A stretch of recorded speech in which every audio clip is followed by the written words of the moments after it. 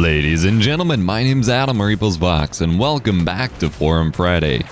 If you're confused as to why you're watching it on this channel, yes, I have moved and migrated Forum Friday from the main Epos Vox channel on over to the gameplay channel, my backup channel. This is because it's primarily a gaming-focused video series, and it's not doing so well on the tech channel, and frankly, it doesn't necessarily belong on the tech channel anymore. And I would like to keep it going, and I think it would fit better on this channel. And so if you have no clue what this series is, I've been running this for quite a few years now on my main channel, and it's just a every other week, sometimes weekly series where I feature your comments and responses to my topics and pose various topics with relation to gaming and gaming culture and things like that.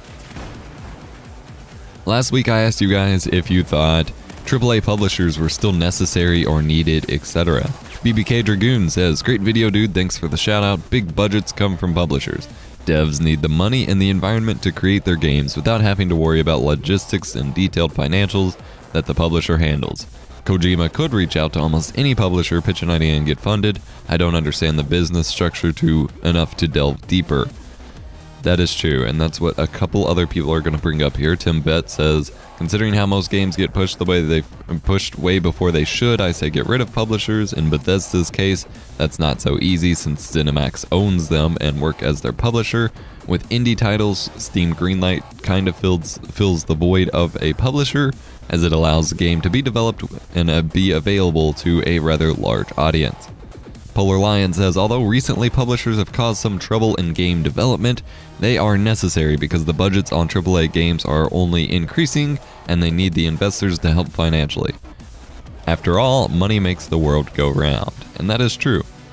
Lastly, Live Action Liam says, "I wouldn't say AAA publishers are necessary, but at the same time I'd hate to see them go. Not all of them. Cough. Activision. Cough. EA.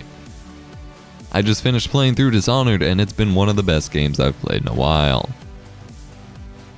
And I do understand that notion, and I honestly didn't think about funding much in terms of thinking about the publishers. I really just kind of focused on the deadline aspect and things like that, but that is very true. AAA games are now costing like more money to build than full box office films, and it's getting pretty crazy how much money are going into video games. And so obviously they're going to need as much publishing and investing and things like that to get their money back or to get that money in there as possible. And that's the big difference between some of those Steam Greenlight games and big actual publisher-backed games, is that indie games are pretty much developed in people's spare time. They don't have a big budget. They don't even necessarily get to do it full time. They just work on it when they have the time.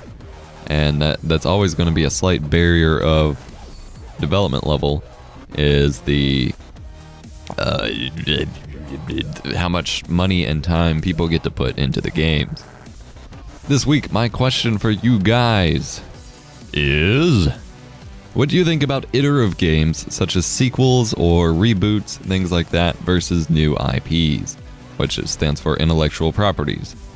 We're seeing a very strange resurgence in iterative games in both, even in the indie front and especially in AAA games.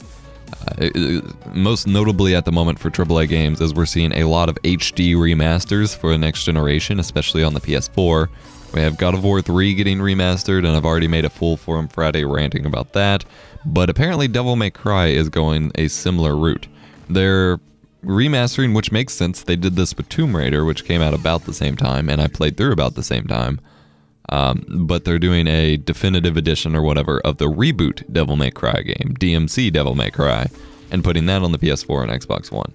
But they're also remastering, and it should be out very soon, Devil May Cry 4 Special Edition for the PS4. And I've actually pre-ordered that just because I wanted it and it was cheaper if I pre-ordered it. I have the Devil May Cry HD collection on the PS3, and so I'm going to play through the first 3 on that, then play 4 on the PS4. But things like that. And then we have Kingdom Hearts HD collection. We've got HD this. They're doing a Nathan Drake collection for the Uncharted games on PS4, which I am kind of in support of simply because it is all of the games together instead of just one, like with Devil May Cry or God of War. And then we're seeing a lot of sequels. They're talking about doing a new God of War game. We're hearing about a potential new Gears of War game. We're seeing Uncharted 4. We're seeing a new Battlefront where Black Ops 3 is coming out. Battlefield Hardline, things like that. But not a whole lot of new games. So I'm interested to hear your all's feedback about whether iterative games are a good thing or if people should be focusing on more new IPs. I personally would like to see a bit more balance in the favor of new games and new titles, new ideas.